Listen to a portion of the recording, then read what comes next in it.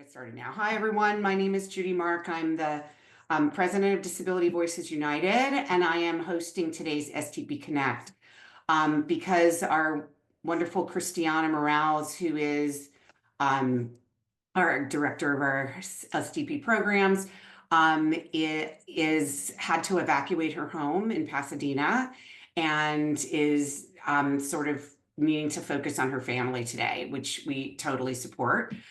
So we know that many of you are thinking that what our event today is going to be about DVU announcing all the amazing things that we're doing this year. We are not going to do that today because that was Christiana's presentation. And since she's not able to be with us today, we promise that we will get to that at a future SDP Connect. We have so many amazing things in store for 2025, but what we didn't know that we had in store at the beginning of 2025 was massive fires here in the Los Angeles County area. For those of you who are joining us from LA County, like myself, like Connie and Harvey Lapin, and like Christiana, we are in a major crisis here in LA County. Many people I know have lost their homes, and many people are in danger of losing their homes and are really in crisis right now. So hopefully you will reach out to those of your friends who might be in the fire areas and offer them support. I can tell you, I have a family living with us right now who had to be evacuated from their home in the Palisades. So we all have to be here for each other, especially during this time when people with disabilities really need the help. So what we're going to do today, instead of announce all the amazing things that we're going to be doing in 2025, is that we're just going to have an open meeting. So those of you who have longstanding questions about the SDP, if you have questions about some of the policies that we are trying to get implemented, sort of any questions about FMSs or independent facilitators, or maybe we can help you problem solve with any kinds of things that you're going through.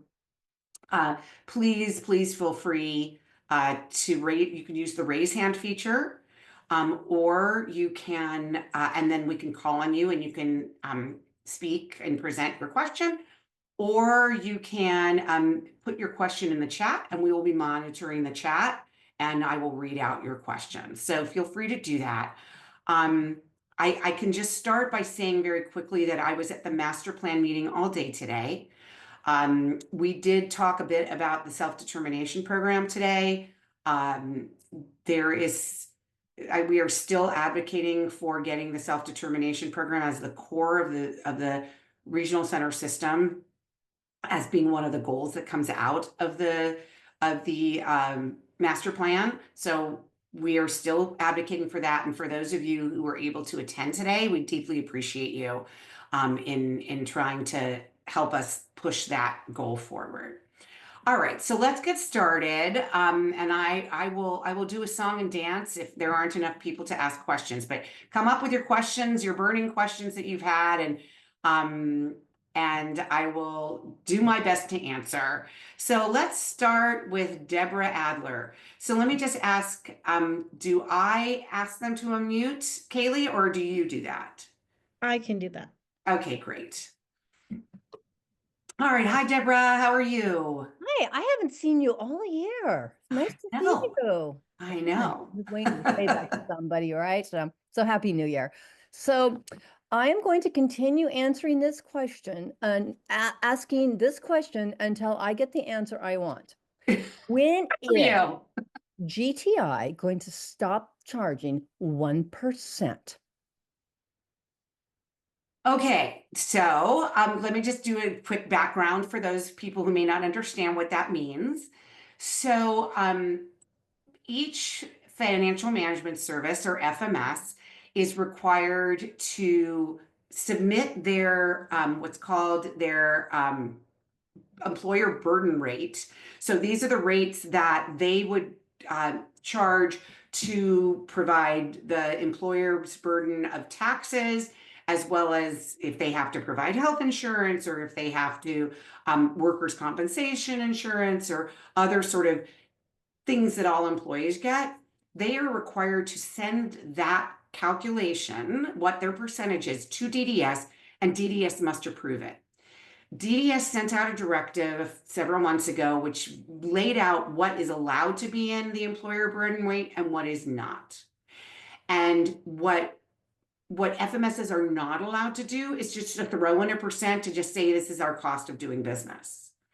So before this directive came out, I think it was sometime over the summer, GT Independence, one of the largest, if not the largest, of the FMSs in the state, had been adding this 1% to all of the goods and services that they had to purchase on behalf of the participant. And DDS said that that 1% is not actually allowed, and by anybody, not just by specifically by GT. And yet GT continues to charge it. And I can tell you that we just met with DDS. We have a regular meeting with them to talk about the self-determination program. And at that meeting, we specifically said, how are you allowing this to continue on? And they said, yes, we're working on it. And I think that might have been the second or third time they said, yes, we're working on it. So I would say that anybody who is still with GT Independence, you have a couple of choices here. You can complain to your region. You have several choices. You can complain to your regional center about it. And you can file even a 4731 civil rights complaint against the service provider, and that goes to your regional center, and your regional center is required to investigate. You can complain to the ombudsperson's office, which I'm sure many of you already have. You can also complain to the head of the self-determination program at DDS. Her name is Katie Dempsey. And the more of you who complain, the more it draws the attention to it, right? And then finally, I think that you can just you can use your feet to make your point, and you can leave GT Independence. That's not So so no easy. one say again. That's not so easy. Our participant has a large budget, and I have made it so simple. I only send in invoices. They don't purchase anything. They don't do anything except for 5 invoices a month. So this large budget, they're getting 1% of this, and I didn't put it in the spending plan there, the 1%. So, and it got signed off, and so they're taking 1%, that's not even in the spending plan, which that is what I don't understand, is how they can charge for something that wasn't in the spending plan. And if they're going to charge this 1%, why aren't they asking the regional center to pay for this cost of doing business? Why are they charging their client? Yeah, I completely agree with you. If I were you, I really would I would do all those things. If you've already done this, I've done all that. yeah, I would start exploring and reaching out to there are definitely some FMSs that take larger budgets. Oh, I've tried. I've tried 2 other FMSs, and for some reason it didn't work out. The regional center that the participants with ran into roadblocks with the 2 FMSs that they recommended, and they were helping me do that. And it came back to, you have to stay with GT. Well, I guess if you have really gotten to this end result, I would ask for a meeting with DDS about this and lay it out and say, oh, I have another idea, which people tend to not do, but DDS has a supervisor, and that is the Department of Health and Human Services, and you could certainly reach out to their office. But there's also something called the state legislature, and everybody who lives in California has a state senator and a state assembly member. And if you go to each of their offices have what's called constituent services. And if you go to them and say, I'm having this problem. I've contacted the regional center. They haven't helped me. I've contacted DDS and they haven't helped me. And this is outrageous. It's amazing how when the state legislator's office calls DDS, they won't call the regional center, but they might call DDS.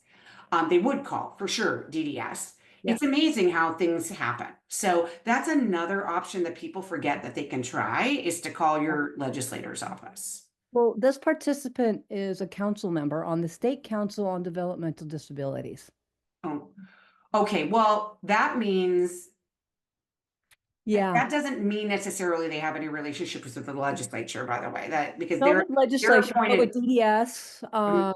definitely with DDS, because this participant had met the DDS before he went to one of a meeting and introduced themselves, and he was able to talk to them, and I talked to him, and I brought this up.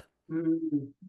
Yeah, so I would definitely I would go to your state legislator's office for Okay. sure. And, Okay. and so here's another thing. If this participant is a member of the state council, it means that they're governor appointed. Yep. And that means that you should be talking to the governor's office about this. Yes. And I'm not sure if the governor's office is going to be that helpful. I think the state legislator's offices are often more helpful. Yeah. But I would really try all these different angles while you continue to look for a new FMS. I would really continue to do that. I can tell you that I know many people with large budgets who are not with GT. So there are certainly other FMSs that exist that can handle big Yeah. budget. Oh, okay. Yeah. Because when she moved from, in September was her year. So we were going to do it then. And anyway, I don't want to take any more of anybody's Do time with this. So Deborah, just so that you know, you do not have to change your FMS at the same time that your budget year changes. Yeah. I know with my son, we changed it in March Yeah. and his new budget year was like June 1st. Yeah. So it's more complicated when you don't do it that way, but it's totally doable. Well, when you have when you have only invoices, it's not complicated at all. No. It's when you have employees is when it's complicated. Yeah. And we have lots of employees. Yeah. So we were able to do it. So basically, same story, different day. Yeah, except for the legislators. I really would try that. I will do that. Yeah. All right. Thanks, Okay. Deborah. Mhm. Let me go to some of the questions in the chat and then we'll take your question, Molly, or your comment. So at 4:34, Barley asked, can regional centers take 50 days plus to approve or update a budget? So the answer is yes, they can take as long as they want because there are absolutely no timelines that they're required to follow ever. They're not required to follow it in the traditional system or in the self-determination program. So there are no timelines anywhere. So the answer is yes, they can take that long. Now, does it mean that you should allow that to happen? No. I would say that your persistence makes a difference. Now, I know people have had varying experiences with the SDP ombudsperson's office, but I still believe everybody should be going to them because that is their job to help resolve these kinds of problems. So I definitely encourage you to speak to the SDP ombudsperson's office. And I mean, here's what I do when I need to get something out of somebody is I set a timer on my calendar that at like 9 a.m. every single day, I send an email, or 9 a.m. I make a phone call. And it is just, I just become the squeaky wheel and it's amazing. The problem is that we have lives outside of the SDP and some of us have full-time jobs and some of us have other children and some of us are in health crises. And so it's not always about it's not always that easy to file complaints, right, on a daily basis. But it really does work when you are just constantly annoying them. And copy, by the way, any correspondence you have with your regional center, you can copy DDS. You can copy the ombudsperson's office. They become annoyed if they are constantly getting emails from you. Judy? All right, one more question and then we'll go to you, Molly. Susan Hudkins, hi Susan Hudkins, um, wrote at 4:37, just getting ready to start SDP for my 2 adult sons. Yay! I know you've been working on this for a while. My husband and I have done the State Council on Developmental Disabilities orientation. I have many questions, but my most critical now is what happens to my older son's DOR customized employment program with Easter seals after we get going with his SDP. Okay, so I'm assuming, I don't know, Susan, if you're able to speak or answer this question in the chat, but I'm assuming what you mean is that the Department of Rehabilitation funded the customized employment program with Easter seals. I'm assuming that's what you mean. And so that would be considered a generic resource. Thanks, Susan. So if you have a generic resource, that is no different in the self-determination program than in the traditional system. So that program would continue if it's something you're happy with. You could certainly add to it in the self-determination program by maybe adding additional kinds of employment supports that are more unique to your son. So that's just going to stay for sure. The self-determination program does not prevent that from continuing to go forward. And I just want to comment about what you said about you've done the state council's orientation and you have a lot of questions. So what we know is that the orientations that the state council runs or the regional centers run are very insufficient. They're very brief and people often have more questions when they leave than when they get in there.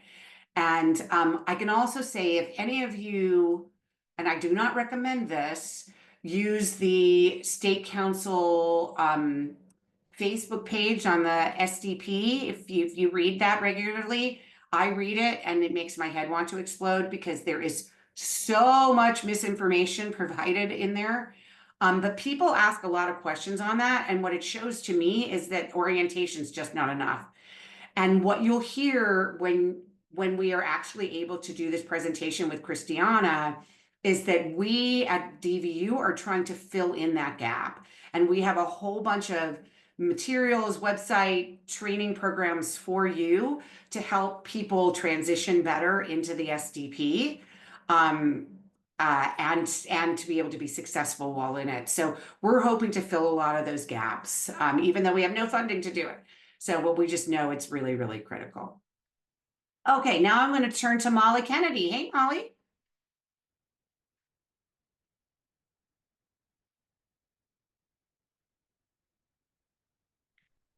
Hi, can you hear me? Actually, it's very soft. Are you able to get closer to the mic? Yeah. Hi. Good, better. I've been out of the loop a little because I'm always doing something.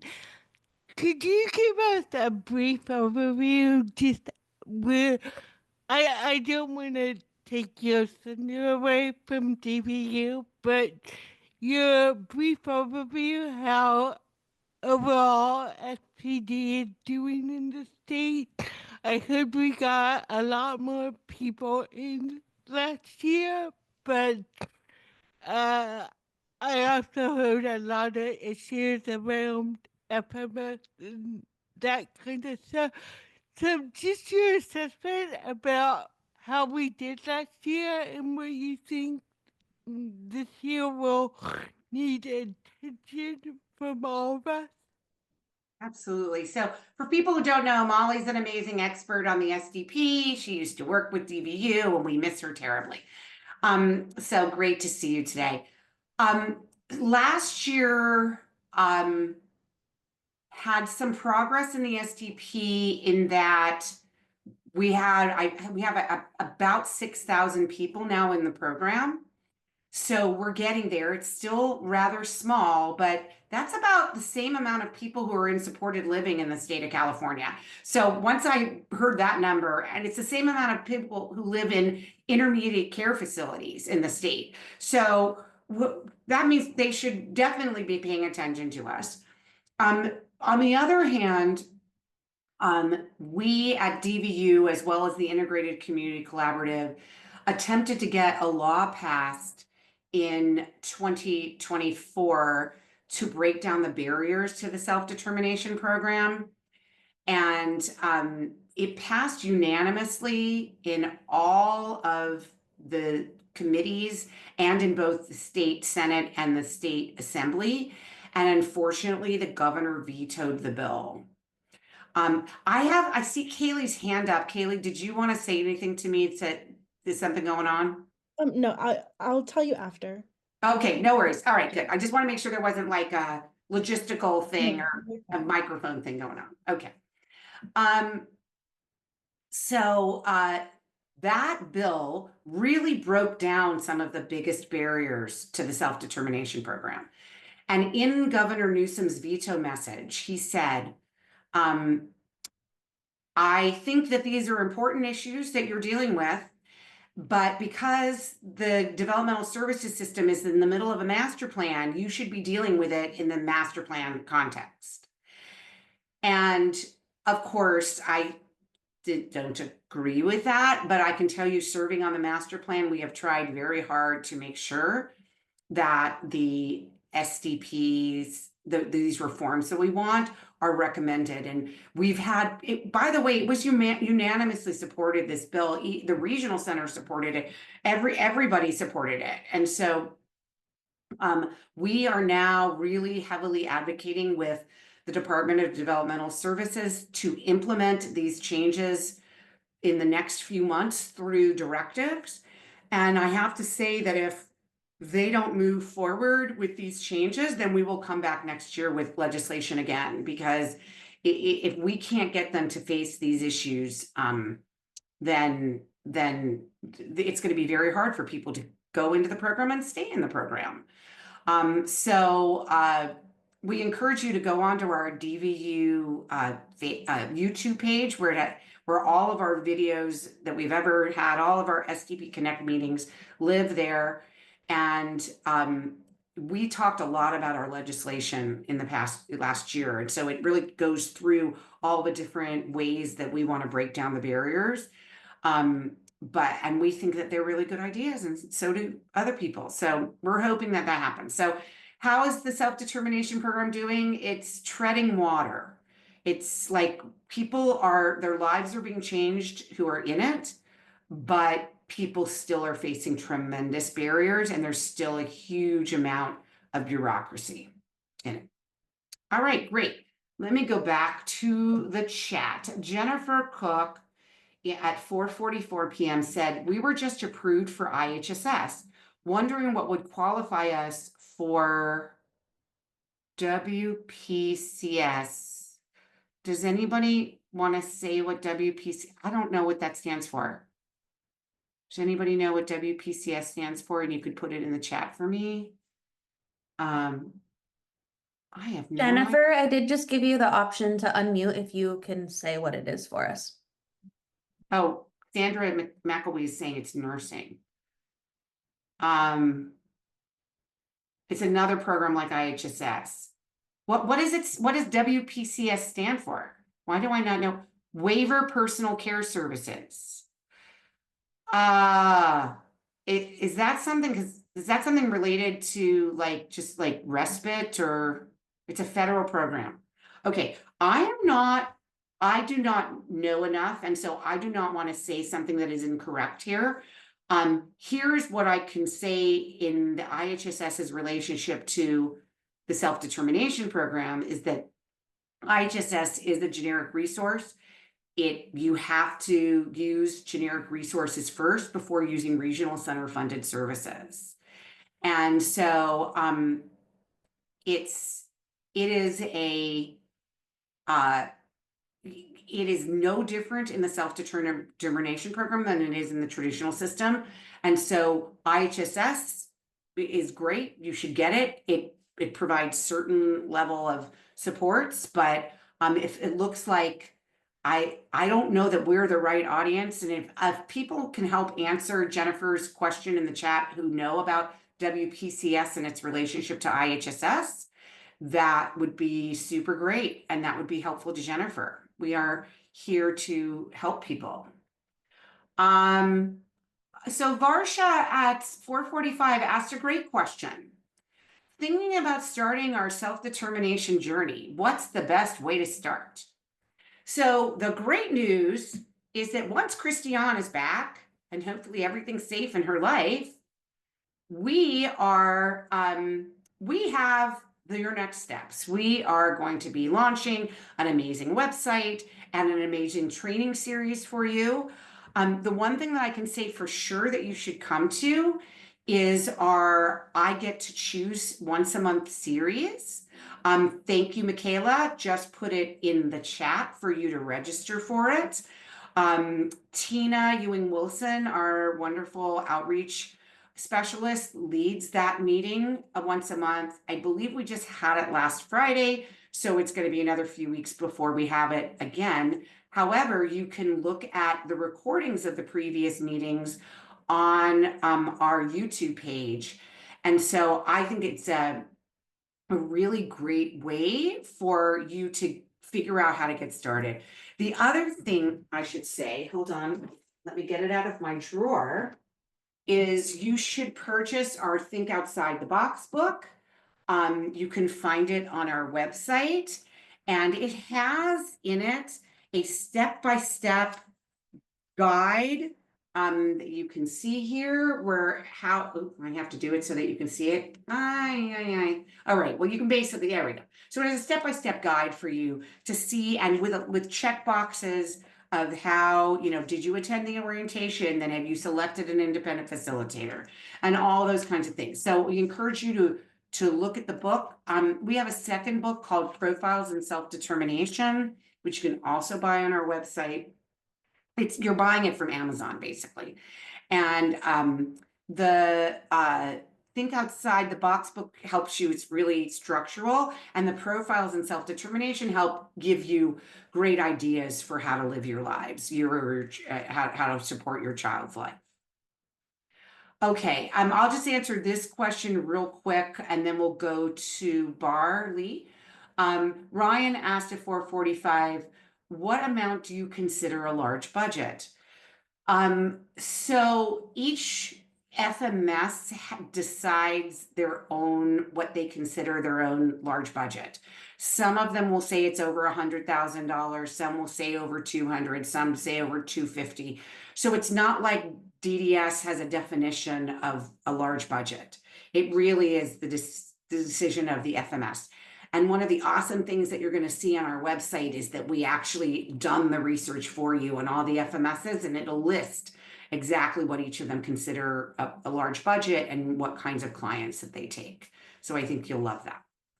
All right, Barley, what is your question? I know you asked one in the chat, so maybe it's a follow-up. Judy, sorry, before we get to Barley, Christiana had messaged me and asked that we share the new SDP schedule. Did you want to do that announcement, or I can do it as well, whatever you want. Yes. Could you share the screen and do that? Do we have a slide on that? So why don't I take Bar's question? You can find the slide for that schedule. I feel like we had a slide on that. Okay. Bar, go ahead.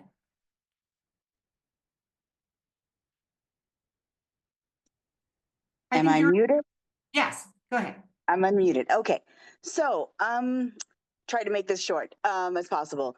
My son is an SDP. He's 28, and we decided to open up an LLC for him and his peers to have have a community integration program that we could offer to other SDP clients or participants.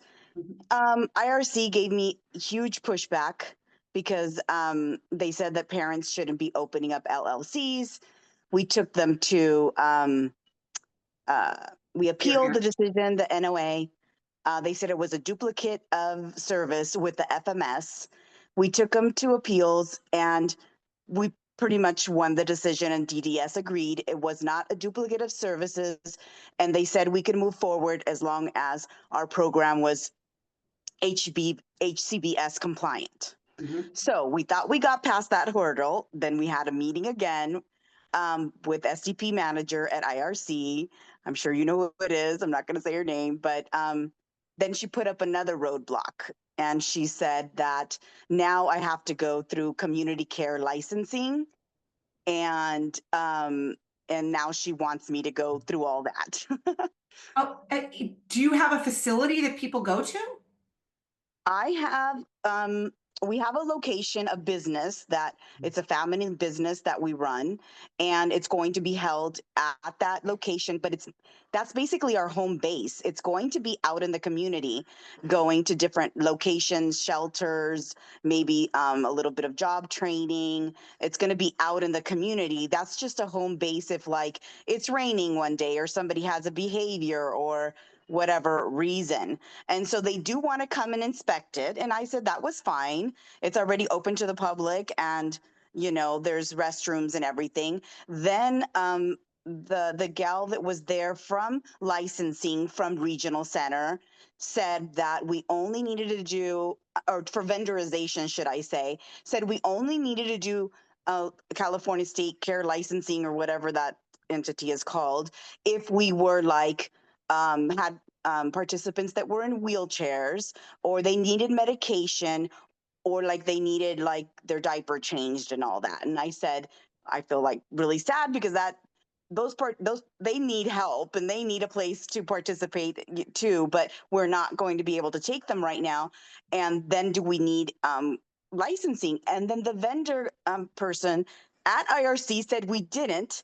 And then the manager still wrote us an email and said that we do, that they took it off of the website, and it says that if we are going to be providing support or medical, like medicine or like personal assistant as far as diaper changing, then we did. And the only thing, of course, we're going to supervise them.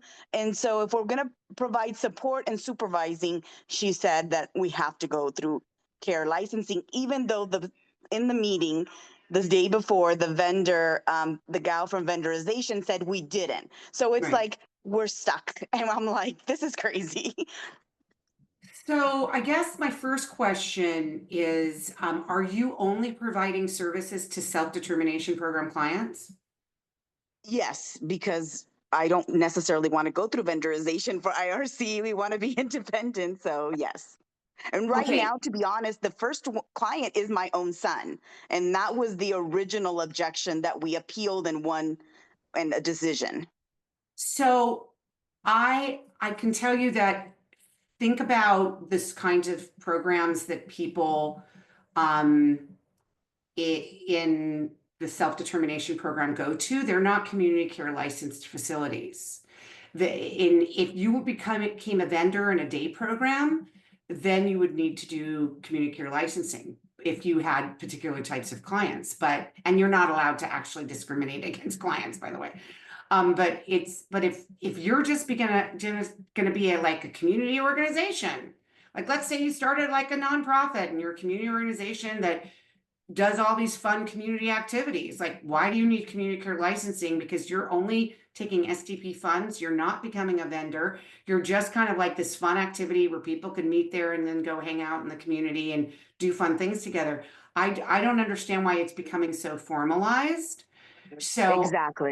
so I would, if I were you, I would step back. I'm not sure why it needs to be an LLC in the first place, and I would make it less formal.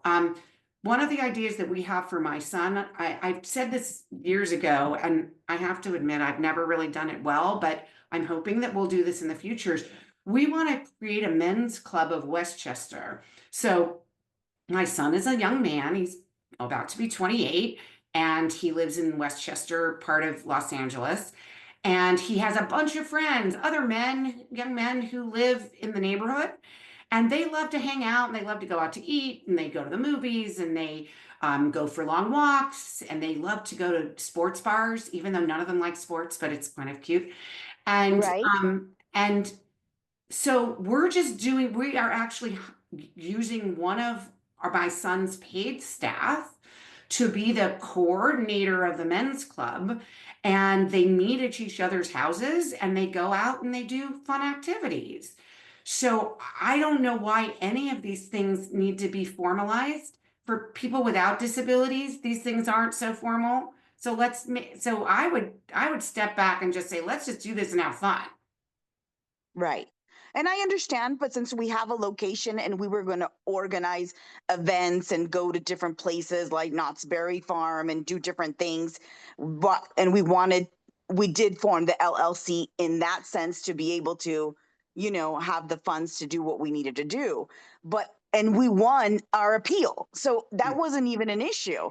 And now I just feel like she's putting up another roadblock and she's saying that we needed to be licensed. So that's kind of why it's a community coaching program, community integration. We're going to be out in the community all the time, going to different locations and doing different things. And she insists that because we're going to be supervising them, that we need, because she's putting us under like a day program type, mindset. She has that mindset. Right. Well, I really believe that nobody in the SDP should be in a quote unquote program. Right. I Not understand. right. So just kind of having these informal things, I think might be a better route to go. But obviously you're gonna have to continue fighting with IRC. Tina from our staff put in the chat. She's a client of the Inland Regional Center. Said IRC is pushing barriers like a teenager trying to figure out the boundaries. They are being very naughty. So um, so Yes.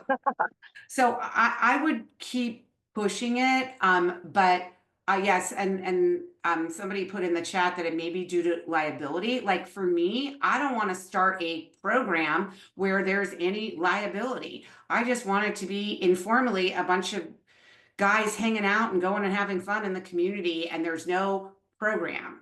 So because I don't want to have to deal with any liability either. So No, anyway, I I hope that's understand. helpful. Thank you. I appreciate All it. right, absolutely. Okay, let me look. Genia at 446 asked, thank you for your guidance and expertise. We are trying to go live with the STP for my child, but we are waiting for a meeting to create a budget. The regional center says it will take 2 to 3 months to go live. Is this common practice? I've submitted documents and price estimates and activities for the year. So, Genia, I'm not exactly sure, and I'm following your question because if you haven't even had a budget meeting yet, I'm not exactly sure how you've submitted documents with price estimates since you don't even know how much you have to spend. But it's also possible you're confusing the terms individual budget and spending plan. And I see you just came on camera. Did you want to ask it out loud? Because I'm wondering if you're thinking that you haven't had a meeting for the spending plan. So why don't you explain it? Go ahead. Yes, thank you. First of all, I'm so happy that there's such an organization that exists. So thank you for that. This is my first time ever. So thank you for everyone who's participating and guiding us. Basically, for my son, we just started the STP process. We're early on in the journey. Unfortunately, he's very impacted, so he requires a lot of support. So I'm requesting a 2-to-1 because I myself cannot physically take care of him alone. He's a big kid. So I'm looking to, so that's how you enrolled in the SDP program. Now we're going to be having the meeting. They want to meet him again in person and do an assessment in order to plan the budget. Is that appropriate protocol? That was my question specifically for the SDP to go live. Well, assessments may be appropriate, but it depends on what the services they're talking about. So, have you had a person-centered plan yet for your son? Yes, we've submitted that as well. We've set the budget as well for all the activities for this current year coming up. Okay. But they want to see, I'm sorry, they said the assessments are to see how severe he is. Even though he's receiving all services, they'd like to see why does he need 2-to-1. And the social worker did come and see. Yeah, she already met with him, our regional center, because she came into the home and saw why within 1 hour. She's like, I understand why you need a 2-to-1, but now they're asking for now he needs a personal care assistant as well. So specified background because it's more expensive to have a nurse or a CNA take care of my son. So I think maybe that's why. Yeah. So I hate assessments, but unfortunately they exist in the traditional system. And so, I just want to make sure you understand the way the process works. So you start with a person-centered plan, which it sounds like you've done, and you have set out hopes and dreams and goals. then the next step is really not to figure out how you want to spend the money, but it's to figure out how much money you have. And so you start with whatever the regional center spent on your son in the last 12 months. And then if you feel that there is unmet need or a change in circumstance, so unmet need might be the fact that your son right now is funded for only one-on-one, but instead he needs a two-on-one, that would be unmet need. Change in circumstance would be like his behaviors have gotten significantly worse, and so we're in crisis all the time, or he has healthcare needs that he didn't have before, or he's graduated from high school, or, you know, those are change in circumstances. I'm going to allow you to unmute just so you can respond. So the second step should be to negotiate your budget with the regional center. It can be done in a meeting or a series of meetings with your regional center, or it can be done through emails or phone calls. But I don't recommend anyone to start designing a spending plan, which is how you're going to spend your money, before negotiating the budget amount, because you don't want to waste a lot of time when you don't know how much money you have. Okay, so I think I must be going around the wrong way. So I thought she wanted a list of all the activities, supports, and what he needs in order to access community integration and other things. So they said we need to set a budget according to that, and what each price tag is for each activity, the two people that need to support him, because some of them are specialists or they're ABA behavioral background. Specifically, they're the ones who will be, because he has toileting issues as well, and then medical needs. So he needs to have those two, individuals need to be with him at all times. So am I not going about it the right way? Should I? Yeah. So when you say like all the activities he wants to do, it's not the activities he wants to do once in the SDP. It's the activities he would be and programs and services he'd be eligible for in the traditional system. That is how the budget is created. The individual budget is created is by what services is he eligible for in the traditional system. And so that's where the assessments come in. So when a person is requiring, let's say, 2-to-1 supports or a higher level of nursing or behavioral intervention, or maybe, they're using supported living or whatever, most regional centers require an assessment. And that is, to me, a giant barrier, because sometimes it can take many, many months to get the assessment because there aren't enough agencies doing assessments. But in many cases, you have to have an assessment, and that assessor says, okay, here are all the needs of the individual, and our recommendation to the regional center is that this consumer receive X amount of hours of whatever service and at this kind of level. So once that assessment is completed and it is received by the regional center then says, okay, so the recommendation was for X amount of service, and then we add that to the respite or whatever other services you would receive in the traditional system. And then you add that all up and it becomes the budget amount, the individual budget amount. That is different than the spending plan. A lot of people get very confused between the budget and the spending plan. So then once that budget is completed, and it is certified by the regional center, and you sign it as well on behalf of your child, or your child if they're able to sign it themselves, if they're an adult. Then you start the spending plan development. And so that means you think about the services, supports, and goods that you might purchase to be able to meet the goals that are in your person-centered plan.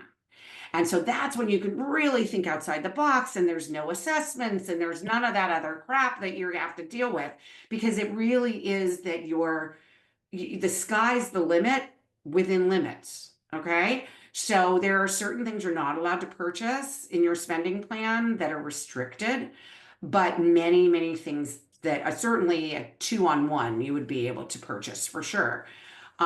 So that's sort of the order you do it. And then you get done with your spending plan and you present it to your regional center. The regional center does not approve the spending plan. They only review the spending plan for certain things, like, is it a service that can be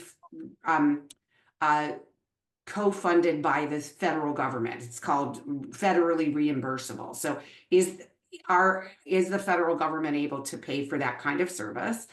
Is it inclusive in the community? Is this person receiving a service either in their home or in a setting that allows them access to their community? And then have you asked for generic resources to pay for it first, such as like if it's home care, did you ask for IHSS services first? And so those are the only things they're allowed to do. They're not allowed to say, I don't like this idea of you using your funding to go horseback riding because we think that's not appropriate for you. Like they're not allowed to say that stuff. They're only allowed to say, is that a horseback riding program that is integrated in the community? And is horseback riding something that can be paid for by the federal government? And there's clearly no generic resource for horseback riding. So that's sort of the order in which you should do it. So I would agree to the assessment because it sounds like you're going to need to do that. Try to push them along to make it happen. And then you need to have that budget meeting as soon as possible to come up with your dollar amount. So that's Okay, has to thank be you. within that budget. So the Oh, wait, how did she just get muted?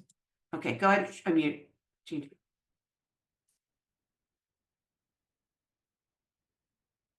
sorry, does the SP have to be within that budget amount? Yes, you Yes, cannot okay. spend more. Your spending plan cannot be higher than the individual budget amount. It can be lower, but it Yes. cannot be higher. Okay, So the budget. okay, thank you. Thank you so much. Absolutely, thank you. Connie and Harvey, how you doing? Oh, in the game, barely. But my dream and what I always try to stress, the value of the person-centered plan. It is, and it is the budget, because what you have to do is dissect that person-centered plan. What is this going to cost you out of that? And that's where the budget is supposed to come from. I think what's happened a lot now is the person-centered plan is not becoming the real wishes and freedom of what I call our people, the customer. And that's a big thing. And if we have to go back to square one, person-centered plan, to me. And I just want to say that they've revamped the IPP to standardize it. I hate that word standardization. That scares me. But we cannot forget the person-centered plan. And I'm glad you brought it up. I was going to take our hand down, but it's where you start. And a lot of people don't even know how to do it. That's why it's good to have a good independent facilitator. The person that asked, where do you begin? It was that my son is in self-determination and we fought for this law. But even so, I needed to be educated about what a person-centered plan could be because my son's now 56 and it was really hard to hope and dream again. And that's what self-determination did. You just have to cut off what you are facing in the traditional system and nobody wants to go back once we're in. It's the barriers that make it bad. That's interesting data. Once you're in, and I would say the vast majority of people, they stay in. I mean, because it is freedom. And we know we need to work on the barriers, and Judy, you're really doing a wonderful job explaining. Thank you. So for those of you who this is your first time to an SDP Connect and you've never met Connie and Harvey Lapin, they are the inspiration and perspiration to get the self-determination law passed. They were part of the wonderful group of us that got the law passed back in 2013 and actually got people the right to services in the regional center who have autism and lots of other right to education and other things. So they are my mentors and heroes. So love you guys. Well, thank you.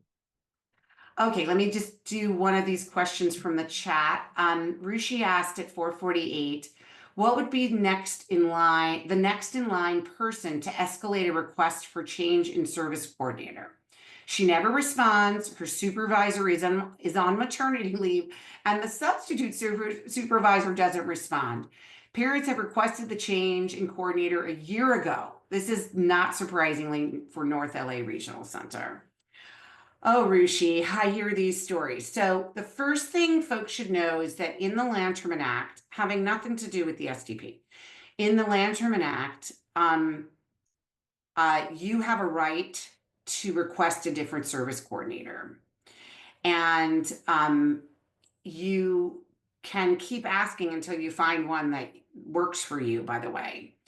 But I've also been hearing of people having so many different service coordinators, like 4 in the course of a year. And so how do you remotely develop a relationship with the service coordinators? If they keep changing all the time. But then of course you have the person who's on maternity leave and then you don't get to speak to anybody. So honestly, if I were to escalate it, I would escalate. I know I keep saying the ombudsperson because, and I know many people have not found them useful, but the more we complain to the ombudsperson, the more they're going to have to pay attention to us. So it is illegal for you to not have a service coordinator or not have a choice of service coordinators. That is part of the Land Term Act. So if you have, you shouldn't be actually asking for the supervisor or the substitute supervisor. I would go to what's called the Director of Client Services. Sometimes it's called the Director of Consumer Services. But every single regional center is required to have a person in this position. It's a very high level position. And I would find out who that person is. It's definitely listed on your website. And I would contact that person and tell them, this is what's been happening to me and I can't seem to get any attention.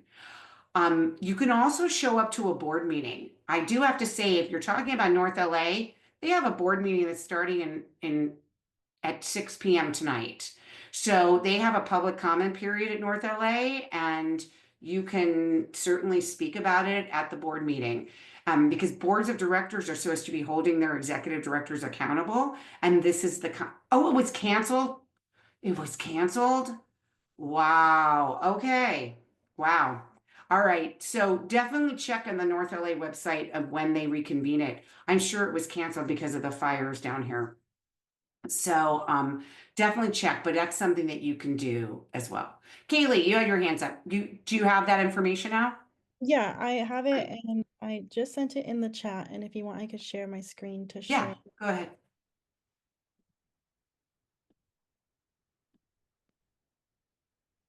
Let me make it bigger for us. So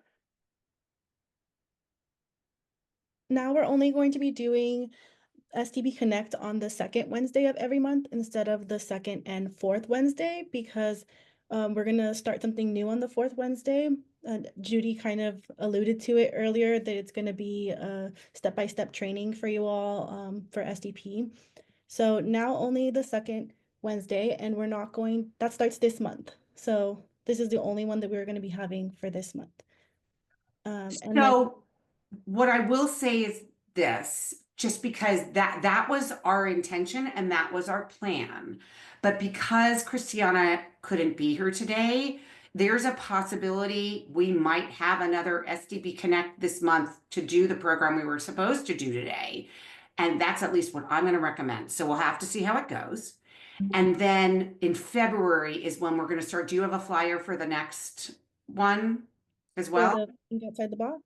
Yes. Yes, I do. Give me a second. So this is our, let me make it to fit the whole screen. Sorry, it's not letting me zoom out, but it's called Think Outside the Box. This is the one that we will be doing on the fourth Wednesday. I'll put it in the chat for everyone.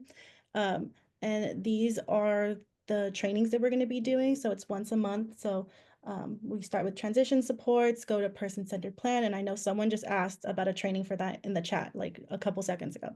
And then we're going to do the budget, spending plan, how to find your financial management services, and then also how to transition into the program. So I know a lot of you have been asking for trainings like this. And I believe that Christiana said that would not start till the end of February, the fourth Wednesday of February. So that's why I'm thinking we may come back and try to do this SDP Connect on the fourth Wednesday and then sort of officially kick off the new way we're doing it in February, where the second Wednesday of the month will be SDP Connect, where we're talking about broader issues, where we're talking about sort of advocacy pieces, and then the fourth Wednesday of the month will be Think Outside the Box, which is a step-by-step program. Stay tuned. I will reconnect when things are safe here in Los Angeles with Christiana, and we will certainly get out on our mailing list. Make sure you're on our mailing list so that you get updated on these kinds of things. One more thing, sorry. For SDP Connects, there is a new registration link. So if you want to get the email, the Zoom reminders, to attend the meetings, then go ahead and register again. I did just put it in the chat, but I'll put it again just in case you missed it. Thank you. Great. Thank you, Kaylee. Tiffany, go ahead. Hello. So I recently took over the coordination of my sister's services and successfully enrolled her in SDP. And I bought the DVU book on SDP, which was like fantastic. And then, sorry, I'll try to keep this short, but I feel like, not to toot my own horn, I feel like I did a great job like with her PCP and I leveraged all the resources on the DVU website. But what I found is that after the PCP, when it came to the budget, the regional center and I were like misaligned on what her unmet needs are. So the whole process of like negotiating the budget was painful. So I'm like wondering in terms of like determining what unmet needs are, like what is like the best way to make it clear? Is it as simple as stating like these are her unmet needs? Should I have stated it in the PCP? Would love to get like your advice on that. Yeah, and I know we have a bunch of independent facilitators here, so they should feel free to raise their hand if they want to chime in as well. So I really believe that the best way to talk about unmet need is to lay it out in the person-centered plan and compare it to what is offered in the traditional system. So it's the combination of the two. So let's say in the person-centered plan, you're talking about the person wanting to get a job. Let's say they want employment, some kind of employment. But you look at the traditional system, and the only thing that the traditional system offers is like, group employment working in a, scrubbing the floor somewhere, and that this individual is not going to be able to do that. Or maybe they want to be more self-employed or have a micro business, micro enterprise, and the traditional system does not offer that. So you want to see how the person-centered plan's goals cannot be met by the traditional system, and that is where unmet need exists. But unmet need exists in other places too. It exists in, we were offered sort of, let's say we were offered behavioral therapy, or not, and that's probably not a good example. We were offered independent living skills services in the traditional system, and the providers didn't speak our language. The providers, they all had a very long wait list. So we couldn't actually use any of those services, even though we were offered it. And that's the easiest way, honestly, to create unmet need is services that were authorized but were never spent, that you couldn't actually use them. That's like a very easy way to prove unmet need. But then in addition, you want to look at, maybe the person is in college, and so the person cannot be they don't want to go to a day program, but they still need supports in their college. Like the traditional system has not been able to meet those needs. And so that's an unmet need. But you know what I'm going to add to this? Sandra McElwee, who's an IF. And so if you guys could highlight her with Tiffany, and so maybe Sandra, you have some ideas as well. Oh, hold on. So that is one of the difficult things. I'll give you an example, and this is before regional centers were paying for this. My son needs personal training because he has low metabolism and he'll gain weight if you look at him cross-eyed. That was not something that I could get funded. I can now, but 4 years ago when he started, that was not something I could get funded. But what I would ask for instead was, maybe some personal assistance hours or some additional respite. And then we convert, because that's the traditional, And then we converted that to, the recreation need. Then what I find a lot of people doing is asking for, say, support staff to go to Disneyland. Well, they don't do that. They'll provide support staff to take them to an art class or to the gym, but they won't provide support staff to take them to Disneyland. But you just need to get the support staff in the budget, then you can use the support staff to take them to Disneyland. So there's a big disconnect between what's in the person-centered plan versus what you have to ask for as the unmet need. And so that's where you need somebody that has done it a million times to run it, because and when we first started doing this, the regional centers, the service coordinators would go through and go, oh, well, you need this. Well, we don't provide that. And it's like, no, you don't. But in the spending plan, we will do that. And we're able to do that legally, through the self-determination program. So that's where the disconnect is the items on the spending plan might not look anything like the items on the budget, but you've got to talk regional centers speak to get the money in the budget. Exactly. Okay. Yeah. So why don't you tell us what happened, and maybe Sandra and I can help you. I think like we're still going through the negotiation process where it's like I think that my sister needs like an occupational therapist, but they're kind of like, no, okay, why?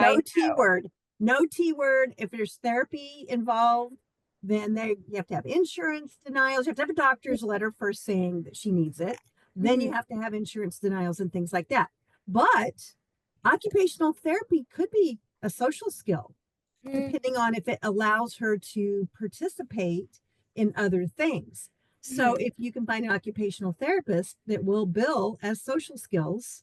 Right, but that's in the spending plan. In the spending plan. But you're not we're going to talking money for that. Right, but we're talking about the budget. So just because you think your sister needs occupational therapy doesn't mean it's going to land in her budget amount. So the best way to come up with the budget is to look at the services the regional center provides in the traditional system and see how, even if it's not completely appropriate, you could make a case. So it might be that your sister needs adaptive skills. Right? Which is like getting them out into the community, having them even learning how to cook. That might be independent living skills. So look at the services that your regional center provides in the traditional system and make the case. The other thing I'm assuming is, your sister an adult? Yeah, she's 24. Okay. So your sister needs 24/7 supports, right? Yeah. So I don't know who provides her 24/7 supports, but if she lives with her family, you can actually make the case that the parents or whoever is caring for her are not capable of caring for her in the middle of the night. And therefore you can get funding to have overnight supports, even if the adult still lives at home with their parents. So you want to look at 24/7 supports for her since she's an adult. That's not something anyone should try for a child. Children do not get 24/7 supports. But you want to look at the overnights. She has to access generic resources like IHSS first. And then if she gets turned down, so the maximum you can get with IHSS is 283 hours, about 9 hours a day. But if she gets anything less than that, the regional center is responsible. So that's 15 hours a day at a minimum. The regional center should be responsible for supporting her. So, and I'm just going to put a little word in about natural supports, everybody. So natural supports is something that regional centers like to use against family members all the time. As they say, this is a parental responsibility. And when you're talking about a 5 or 7-year-old, regional centers are absolutely correct. Because if you have a child without a disability who's 5 or 7 years old, the parents should absolutely be caring for a 5 or 7-year-old. But a 24-year-old who has no disability should be living on their own in their own apartment, having a full-time job, having a full life, and sister should not be caring for them in any kind of way. So the fact is that if they then say, well, I know she might need 24/7 supports, but that's a parental responsibility or a sibling responsibility, natural supports must be voluntary. They forget that little piece. So if parents say, I cannot no longer do this, I'm too old, or I have full-time jobs, I cannot do this, or sister, you have your own life, you cannot do this, then that concept of natural supports is gone. So you should be looking at what are the supports your sister needs 24 hours a day, minus the IHSS hours that she already gets, and then all of those other hours should be supported by the regional center. It might be personal assistant hours, it might be supported living hours, it might be independent living, it might be a day program, it might be employment supports. It might be tailored day. It might be tailored day services. So every regional center is required to list all of their services on their website that they provide and pick out all those, see which ones seem to be the right fit. Even if it's not a perfect fit, it's enough to make the argument, this is what we need in the traditional system. And then they add up all those services, and then you don't have to do any of those things. You can Unless you're with Orange County. yeah, unless you're right. Orange County is totally messed up and completely wrong. Met with the ombudsperson yesterday about fixing that. So I don't know if it'll happen since she used to be Yeah, there. she used to be there. Tiffany, which regional center are you in? I'm with SARC, San Andreas Regional Right, that's I met you recently. Yes, you met me I at remember Stanford. that. Yeah, Yeah. at Stanford. So San Andreas Regional Center, you can just go to their website, figure out what their services are. They have a pretty robust set of services, and then you can pretty much do what you need to do in the self-determination program once you get a budget amount. Okay. I hope that helped. Yeah, that's so helpful. Thank you guys so much. Absolutely. Sandra, I'm going to make you stay on because I'm really tired after the master plan meeting. I'm going to make you continue to answer people's questions, okay? I'm tired. Okay, the next question is, Florida at 454 asked, do you have any information about the directive regarding code 099 that expired this past December? You answer that, Sandra. It may have expired on paper, but it didn't expire in reality. So 099 can now be paid by an FMS through your regional center. So you don't have to go through the vendorship process, but your regional center has to have a FMS that has signed up to do it. And they don't have that, even though they should. I don't know if that's enough of an answer or not. So it's a good answer. So what Christiana mentioned to me the other day is that there are virtually no regional centers in the entire state that are actually functioning, providing 099 transition support services. So what 099 means is that these are kind of like independent facilitators. They're not called that, they're called transition supports, but it's basically independent facilitators helping you transition from the traditional system into the self-determination program. And independent facilitators need to become they have to vendorize in a certain way with the regional center, and then they get paid by a financial management service that the regional center has contracted. The problem is or they're vendored. So you don't have to, if you get paid through the FMS, you don't have to be vendored. But if you're vendored with the regional center, then it's usually through e-billing that we get paid. And there are some of us that did the excruciating task of becoming vendored and, to get a 50% pay cut. But it is what it is. And it's interesting because when I onboard new people now, it doesn't seem to take as long as it used to get through the whole process. It's like they want to make sure we don't use that whole 40 hours. Interesting. Yeah, it's very interesting. Well, it's good for them. It's not taking as long. Yeah. Okay. 518 Janine asked, what are the legal timeframes for regional center to complete the onboarding process of SDP, given I submit and sign in a timely manner? Yeah, there's Let not. me be clear, there are no timeframes anywhere in the regional centers except when it comes to eligibility determinations, which, by the way, they break all the time.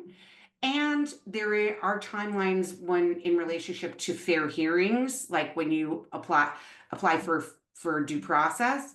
Those have timelines, but like actually getting a response from your regional center, a call back, the budget back, there are no timelines. So They have dream. policies. They have policies. Our regional center has a policy that you're supposed to get at least an acknowledgement that somebody got your email within 24 hours.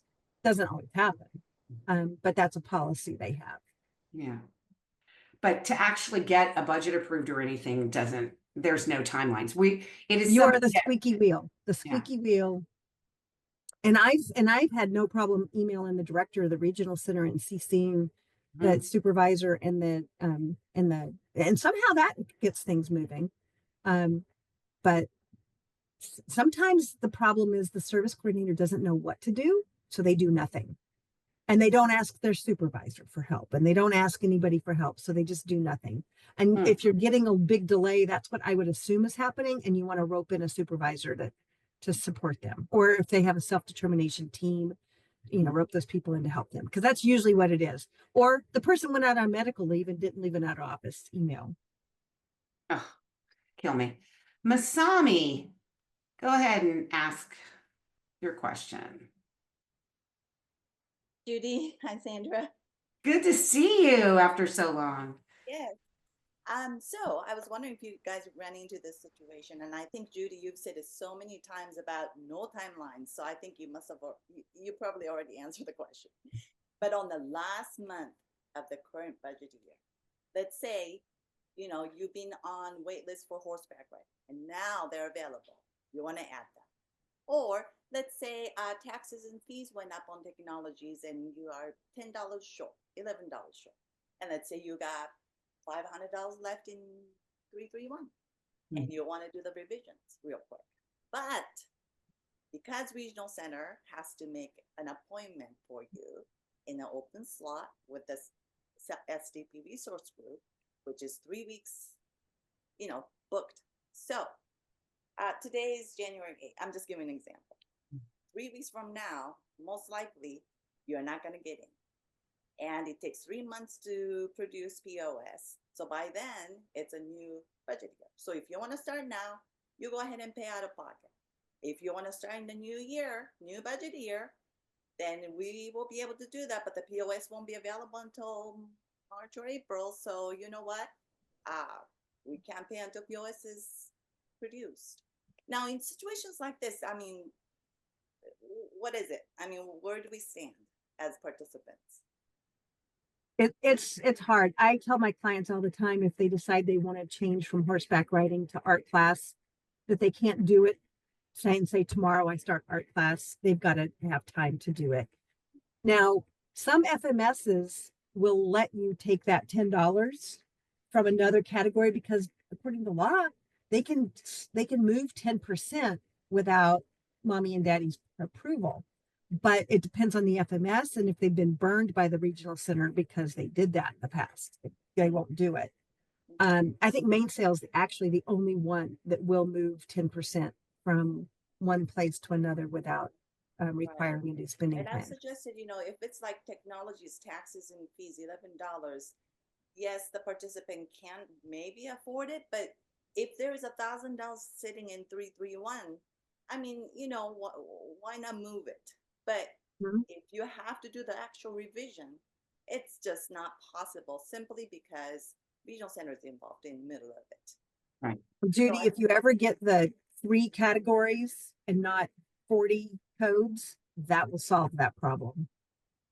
So yeah, so what Sandra's referring to is in our legislation last year that was vetoed by the governor, one of the things that we put into the bill was that people only need to keep track of their funding and do their spending plan in 3 general categories. They are living arrangements, employment and community supports, community integration, and health and safety. And so let's say you have funding, you need that extra $10 for a karate class, but you're taking it from staffing. That's all in that same community integration category. And so you don't have to talk to your regional center, and the FMSs know they can just move it over. If you are moving less than 10% of your total budget amount from one category to the other, you also don't need to go to your regional center. The FMS can do that. The only time that there needs to be a discussion with your regional center and an approval of this is if you're taking, let's say you have living arrangements. So let's say you have all this money to support you living in your own place, but instead you'd rather use some of that money because you want to move it towards nursing care under health. Like, you would just go to your regional center and say, well, here's the reason we're having some health issues. We'd rather spend that on nursing. And they should be able to prove it. Now, of course, in a crisis, they're not going to move quickly. So that's the entire goal, is to get us down to 3 categories. I can tell you that I spoke with DDS about this recently, and they seem to be on board with this idea. Now, I don't know that it's going to happen quickly, but when it does, I honestly think it's going to change so much about the self-determination program, because people should be able to change their mind, and you shouldn't have to jump through a million hoops to change your mind. So we'll keep you posted, and we're keeping up the advocacy. Okay, Thanks a lot, Masami. Good to see you. Okay, let me go back to the questions in the chat. Maria asked at 5:26, is it fair to say we can look into a PCP now, or do we have to attend an SDP orientation first? So I'm not sure what you mean about looking into a person-centered plan. I can tell you that I was having person-centered plans with my son. We would have facilitators lead them years before the self-determination law passed. So there is no requirement that you have to be in the self-determination program to have a person-centered plan, for sure. So go right ahead if you want to do a person-centered plan. The problem is, for you to use that transition support services to hire a facilitator to lead the person-centered plan would require you to go through the orientation and let the regional center know that you want to hire somebody to do that. So if you're kind of paying out of pocket, then you can do it whenever you want. But if you want to use these transition supports, you should go through the orientation. The orientation is like 2 hours long, people. So it shouldn't be a giant barrier to you to move forward. But just a little word about the person-centered plan. I strongly discourage you from writing your own child's, if you're a parent, writing your own child's person-centered plan. I strongly discourage you. I know about as much as one could know about the self-determination program and person-centered planning. I've trained thousands of people on it, and yet I still hire an outside facilitator to help lead my son's person-centered plan because I'm too close to my son. He needs to be able to, in his own way, in whatever way he can communicate it, express his hopes and dreams. And mommy should not be telling him what his hopes and dreams are. So I know lots of parents say, oh, I know my son better than anybody. Well, you don't know your son better than your son knows himself. So definitely. And by the way, I've always told people, if you don't want to hire like an independent facilitator outside, you can bring in, like, maybe you have a friend who really knows your child well, or maybe 2 parents are both independent facilitators and they do it for free for each other's child. It's just hire an outside person to facilitate it. Don't do it yourself, and make sure the person is in the center of the plan. Okay, another quick question. Oh, go ahead. Also say, we do review the IPP as part of the person-centered plan, and nobody will send me the IPP until the orientation's been done. Good point. Thank you. Swati asked at 5:32, for minors, how do I get a homemaker? Are you able to hire professional cleaning services, for example? It's so overwhelming to keep the house clean when there are sometimes 6 people present. Do you know, Sandra? I've not heard of a minor being able to get homemaker services, so I'm not sure that's possible. No, I've never heard of it for a minor either. For an adult, yes. And then, of course, that depends on the regional center because a lot of them don't have homemaker services even as an option. But no, that might be where you have a staff person and that may be their job is to clean your house. But to get actual funding, I've never seen it. Yeah, so I want to remind folks that one of the jobs of an IHSS worker is to clean the house. So if you have an IHSS worker, you should be asking them to clean the house. Now, if the parent is the IHSS worker, you're putting yourself in a bind because you would like to hire an outside person. So maybe take a few of your hours from IHSS and give it over to a person who can clean the house. Swati, I see you have your hand up. Did you want to ask a follow-up question? Go ahead. Yes, so yes, you're right. I am the IHSS provider for both my kids, twins. They're 8 years old. We do have wonderful staff members, but they are behavior technician. So are you saying that I need to have a specific category in spending plan for another staff member that is specified as cleaning or I don't know, organizing? Don't call them that. No, everybody's just staff. Don't tell anybody what anybody's doing. So, they're just staff. but then they're still going to be vendor, or are they going to be staff? They would be an employee. It's the only way I can see that you would be able to do it for a minor. They would be an employee, and your employees do what you tell them to do. And it's the same, honestly, in the self-determination program for adults, they're employees. So my son does not know, my son has moved out and lives in his own place with staff. And we have a housekeeper come in who's called the homemaker.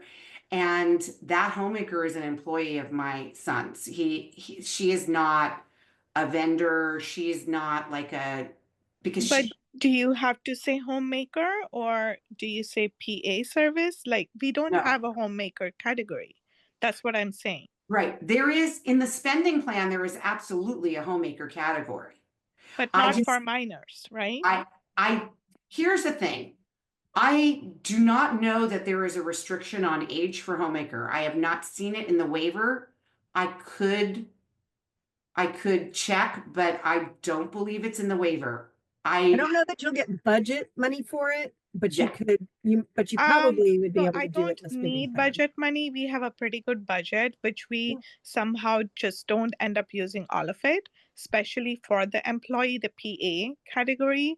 But all our PAs have to be registered behavior technician.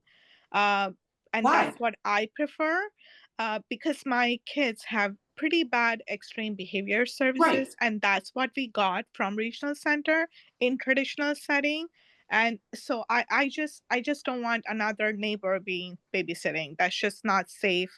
Right. Elopement and all of that. But they're right. not cleaners though. You know what I'm saying? Right. But Swati, there's no relationship between what you got in the budget and what's in your spending plan. Depends on the regional center. Which one are you with? Are you with Orange County? We are with North Bay Regional Center, Okay. and They're good. between the respite, PA hours, and IHSS hours for myself, which are mostly the night protective supervision, do I still need a specific homemaker category in order to hire someone even as an employee? No. Do exactly what Sandra said. Hire another staff. They're just staff, and you do not have to put in the spending plan that one of their jobs is to do homemaking. Just their staff, they will be an employee. They do have to bill by the hour, but you can set their billing rates at a higher rate. So for example, my son's homemaker, even though she's an employee, makes a higher rate per hour than the regular staff because she's only working 5 hours a week or 5 hours every 2 weeks, really. So what I would do is just to say you have staff B, whose job it is to support the child in the home, and that staff B makes $35 an hour, and you budget 5 hours every week or every 2 weeks or however much you need them to come in. So I always tell people, like, never call anything a restrictive name. Don't call it respite. Don't use traditional system names. We call people like friend maker. Like, that's not in the traditional system. That's not in the list of services, but a friend maker absolutely can be a staff. Right, but that's what I'm a little confused, because I thought the staff member have to be there when the kids are there. Nope, not true. Oh. Not true. So you can have staff who are doing different kinds of things. You can have different kinds of things for the individual, for the children, right? So My husband has a chef, because the staff, while they're good people, he gained 13 pounds in 2 months on their cheesy foods that they were helping him make. And so I hired a nutritionist to come in, and she pre-prepares foods for 2 weeks. Half of them are frozen, then he just microwaves them for each meal, and he's already lost 8 pounds from that. And she's there when no one else is there, because that way she's not competing for kitchen space or anything. So just, be a little loose. I never like to write really strict job descriptions into anything that we're putting in the spending plan. Try to make it really loose.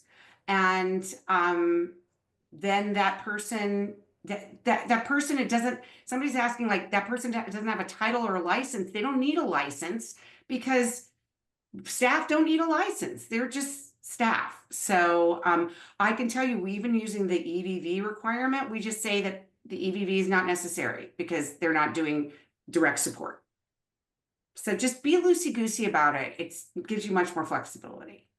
I'm so sorry for asking silly questions, but so that will be employee number whatever, but what's the category that I put in? Is it not PA? It is not anything?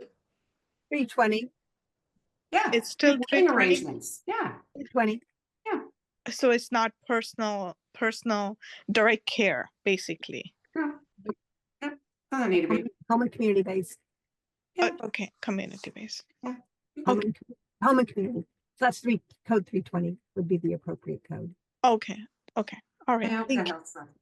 So we only have 2 more minutes left. So I don't think we're gonna have time for another hand up, but let me see if I can get this last question from Holly.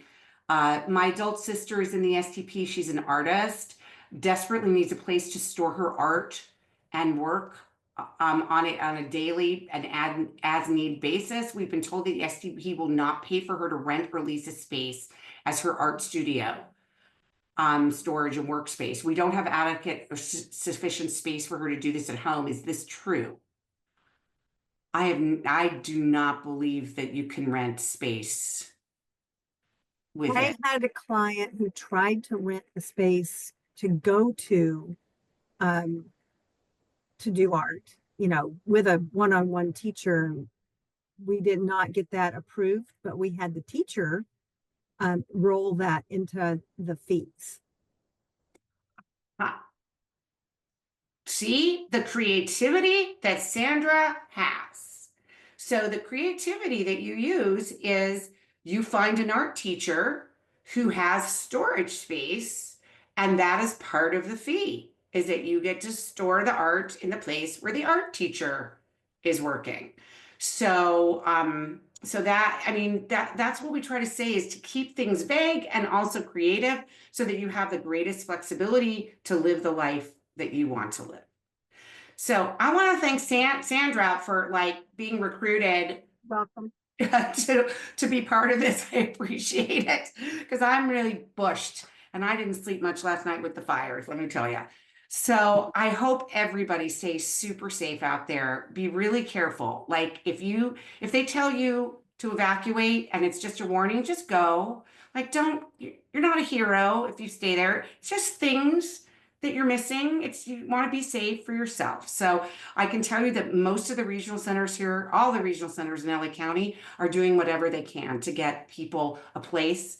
to live even temporarily a hotel. So please contact your regional center if you need to evacuate. And thank you all for joining us today. And we will let you know what we're doing next and how we're going to move forward, and hopefully sending our love to Christiana. Thanks, everybody.